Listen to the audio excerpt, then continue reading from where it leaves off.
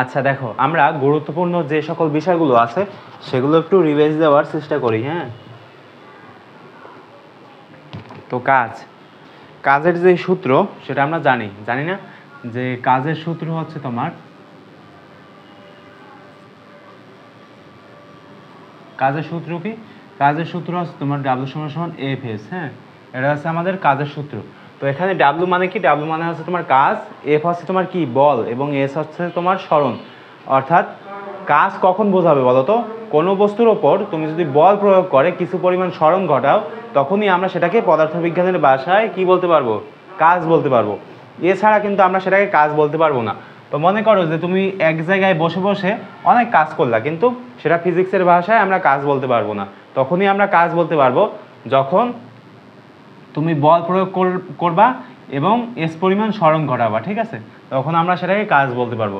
তো এই যে কাজের যে একক এবং হচ্ছে তোমার মাত্রা, তো কাজের একক কি? কাজের একক হচ্ছে তোমার, কলমে কালি নেই, কাজের একক হচ্ছে তোমার জুল। কাজের একক হচ্ছে তোমার জুল, এবং মাত্রা হচ্ছে তোমার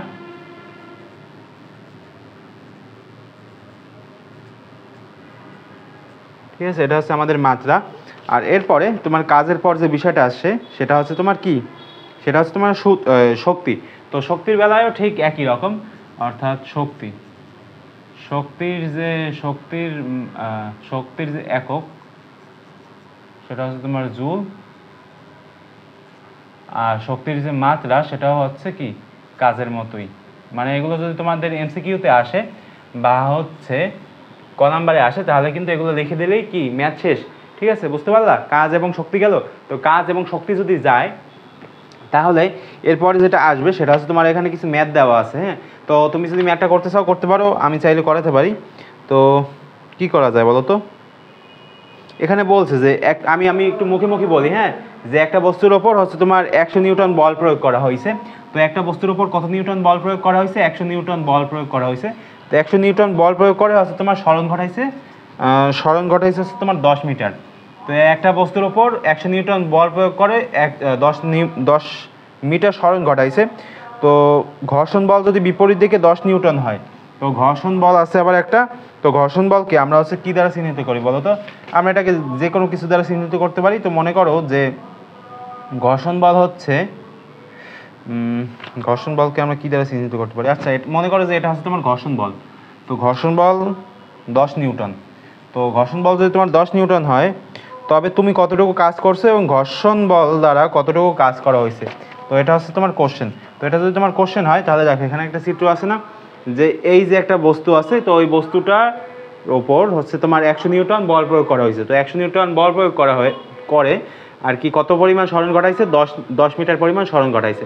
অর্থাৎ কাজ করছে কত কাজ করছে বলো তো?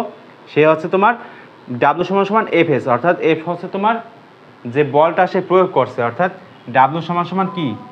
ডাব্লু সমান সমান এফ এস না? তো এখানে এফ হচ্ছে তোমার 100 নিউটন, আর হচ্ছে এস তো দেওয়া আছে কত? 10 মিটার। তো এগুলো যদি ক্যালকুলেশন করা হয়, ক্যালকুলেশন করলে যেটা আসবে সেটা হচ্ছে 1000 জুল। 1000 জুল, এটাকে যদি তুমি কিলো জুলে নাও তাহলে কত আসবে? 1 কিলো জুল। তো এটা হচ্ছে আমাদের কি বলো তো? এটা হচ্ছে আমাদের কাজের পরিমাণ। তো এটা যদি আমার কাজের পরিমাণ হয়, এর পরবর্তীতে আমাদের আবার ঘর্ষণ বল নির্ণয় করতে হবে। তো ঘর্ষণ বল নির্ণয় করার ক্ষেত্রে আবারও সেরকম লিখতে পারি যে এফ এস। এখানে এস কিন্তু সেমই থাকবে। এস কত থাকবে? এস হচ্ছে তোমার 10 মিটার থাকবে।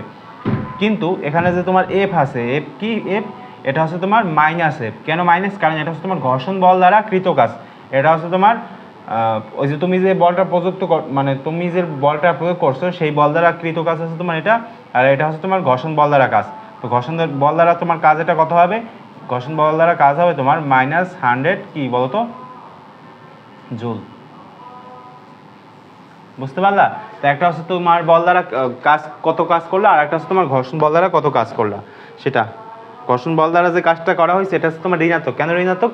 কারণ ওটা বিপরীত দিকে কাজ করছে না, তুমি হচ্ছে একদিকে ঠেললা, তো ঘর্ষণ বল হচ্ছে তোমার বিপরীত দিকে একটা বাধা প্রদান করলো, অর্থাৎ এটার যে কাজটা এটা হচ্ছে তোমার একটা ঋণাত্মক কাজ। বুঝতে পারলা? আচ্ছা, তো যদি বুঝতে পারো তাহলে দেখো পরবর্তীতে কি আছে? গতিশক্তি আছে। তো গতিশক্তির যে সূত্র সেটা আমরা জানি না, যে গতিশক্তি শক্তি, গতিশক্তি সূত্র কি হাফ এম ভি স্কোয়ার না। এখন অনেকের মনে এরকম চিন্তা আসে না যে এই সূত্রটা কোথা থেকে আসলো, সেটা যদি একটু জানতে পারতাম তাহলে ভালো হইতো। এই ধরনের মনে কি চিন্তা ভাবনা আসে না? অবশ্যই কিন্তু আসে।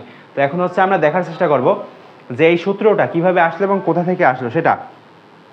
তো দেখো আমরা কি সূত্র জানি বলো তো? আমরা একটা সূত্র জানি যে ডাব্লু সমান সমান হচ্ছে তোমার এফ এস। ডাব্লু সমান সমান কি এফ এস। তো ডাব্লু সমান সমান এফ এস এবং এফ সমান সমান হচ্ছে তোমার এম এ। এই সূত্র দুটো জানি না? অবশ্যই জানি। এখন এই সূত্র দুটো জানলে আমাদের কি লাভ হইবে?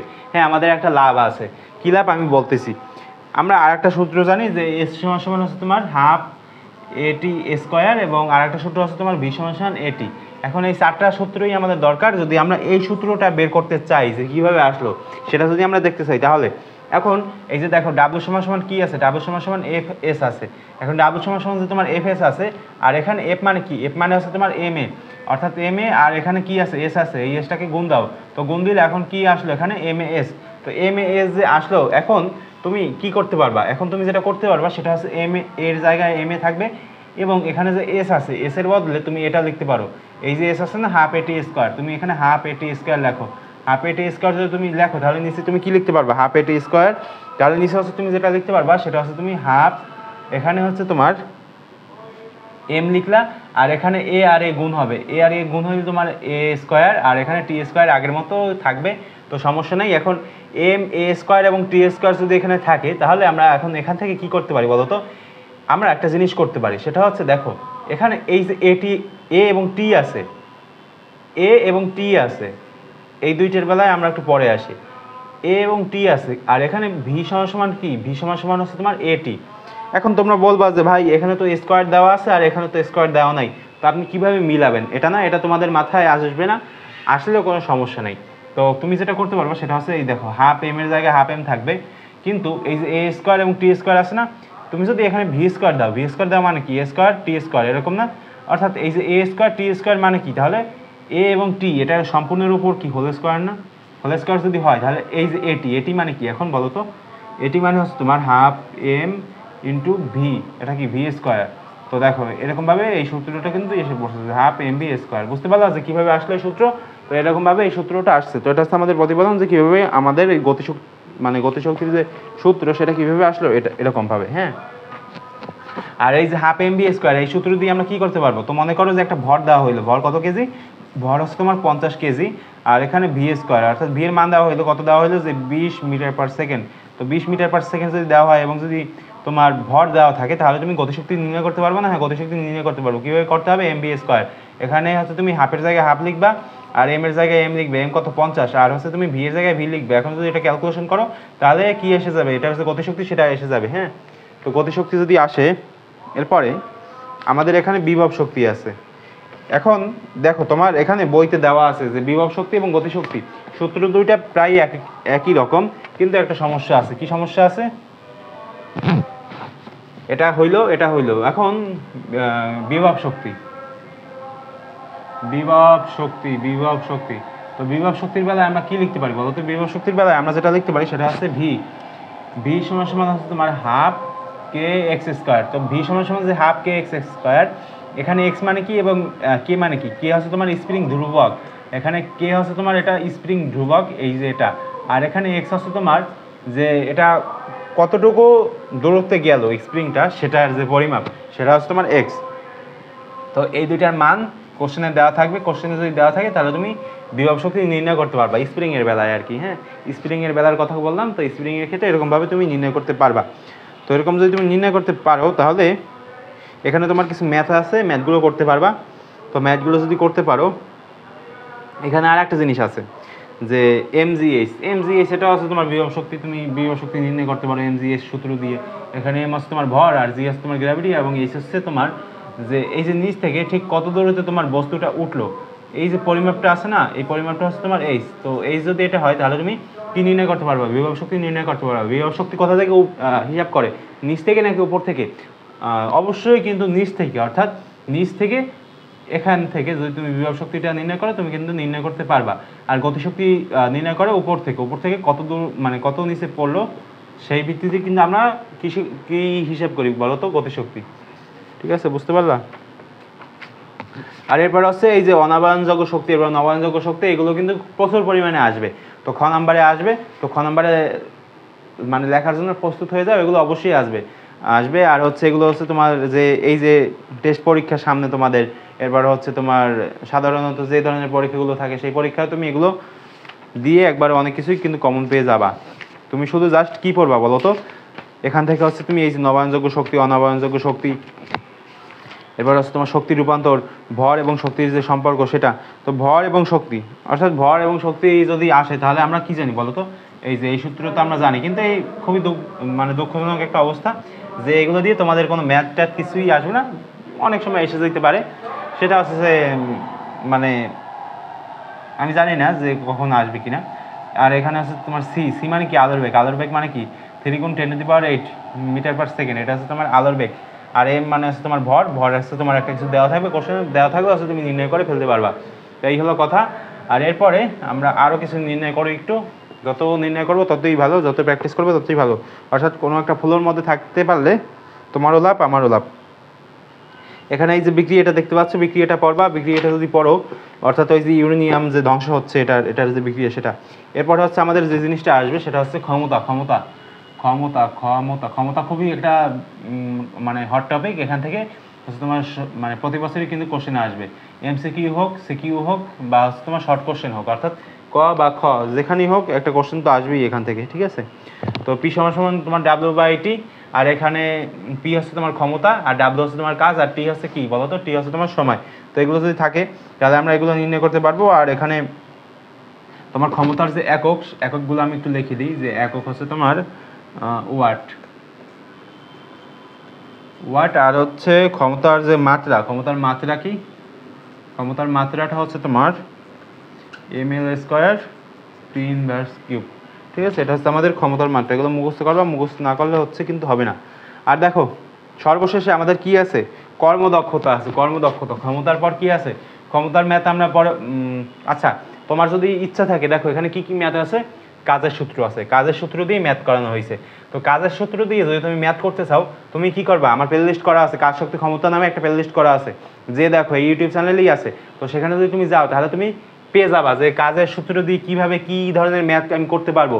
এরপর তোমার এখানে বিভব শক্তি আছে, গতিশক্তি আছে, W = Fs আছে, কাজের সূত্র আছে, F = ma আছে, S = ½ AT² v² a²t² আছে। এগুলো দিয়ে কিভাবে কি সূত্র দিয়ে কি নির্ণয় করতে হয় সেটাও তুমি পেয়ে যাবা। জাস্ট প্লে লিস্টে যাও তাহলে পেয়ে যাবা। বিভব শক্তি আছে, বিভব শক্তি দিয়ে কিভাবে কি ম্যাথ করতে হবে, ½ kx² আছে। এখন এই সূত্র দিয়ে কিভাবে ম্যাথ করতে হবে জানি না, তো তুমি যদি না জানো তাহলে তুমি প্লে লিস্টে যাও, প্লে লিস্টে যেয়ে দেখতে থাকো যে কত টপিকের ম্যাথ ওখানে দেওয়া আছে। একটা টপিক করবা, দেখবা যে 5-6টা টপিক এমনিতেই করতে পারো, ঠিক আছে, এরকম সিস্টেম। ক্ষমতা, তো ক্ষমতার ম্যাথ কিন্তু আমরা অনেক করব, আর করা হয়েও গেছে আমাদের। পি = W/T, এখানে W দিয়ে কি বোঝায়, টি দিয়ে কি বোঝায়, এরপর হচ্ছে একক এবং মাত্রা কোথায় ব্যবহার করব সেটা আমাদের দেখতে হবে। তো দেখো এখান থেকে আমরা কি শিখলাম, যে তোমার শক্তির যে একক এবং মাত্রা শিখলাম, এবং শক্তির একক মাত্রা, কাজের একক মাত্রা, আর হচ্ছে তোমার ক্ষমতার যে একক এবং মাত্রা। তো এই অধ্যায় থেকে এই 3টে টপিকের যে একক মাত্রা, এগুলো সবসময় টানা মুখস্থ রাখবা। তুমি যদি টানা মুখস্থ রাখতে পারো তাহলে কি হবে, তাহলে হচ্ছে তুমি কি করতে পারবা, তুমি পরীক্ষায় এগুলো লিখতে পারবা এমসিকিউর ক্ষেত্রে। তো 1 মার্ক কিন্তু তোমার কনফার্ম, ঠিক আছে। ওকে, তো যদি কনফার্ম হয় তাহলে এর পরবর্তীতে আমাদের কি আছে, কর্মদক্ষতা আছে। তো কর্মদক্ষতা মানে কি, কর্মদক্ষতা অর্থাৎ আমাদের এফিসিয়েন্সি, কর্মদক্ষতা। এখন এই যে কর্মদক্ষতার যে সূত্র, সবচেয়ে জনপ্রিয় সূত্র কি বলতো, অর্থাৎ আমাদের কাজের পরিমাণ এবং হচ্ছে তোমার প্রদত্ত শক্তি। এখানে হবে তোমার কি বলতো, কাজের পরিমাণ,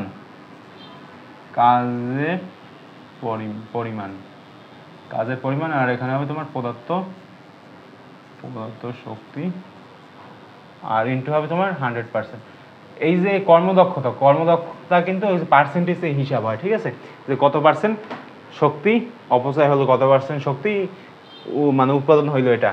তো সেটা একটু লক্ষ্য রাখবা এবং সেটা একটু দেখার চেষ্টা করবা। কর্মদক্ষতার ম্যাথও আছে, সেগুলো তুমি কোথা থেকে করবা, এখানে যে প্লে লিস্টগুলো আছে সেখান থেকে করবা। দেখো আমি বারবার ওই একই প্লে লিস্টের কথা কেন বলতেছি, কারণ তুমি যাতে সেখানে যাও এবং সেখানে যেয়ে যাতে ম্যাথগুলো দেখো, ম্যাথগুলো দেখলে তুমি অবশ্যই পারবে। এখান থেকে তুমি কিছুই শিখতে পারবা না, এখানে হচ্ছে জাস্ট আমি বলে দিলাম যে তুমি কোথায় কোথায় যাবা, তোমাকে একটা দিক নির্দেশনা দিয়ে দিলাম, এর চেয়ে বেশি এখানে কিছুই তুমি শিখতে পারবা না, বুঝতে পারলা।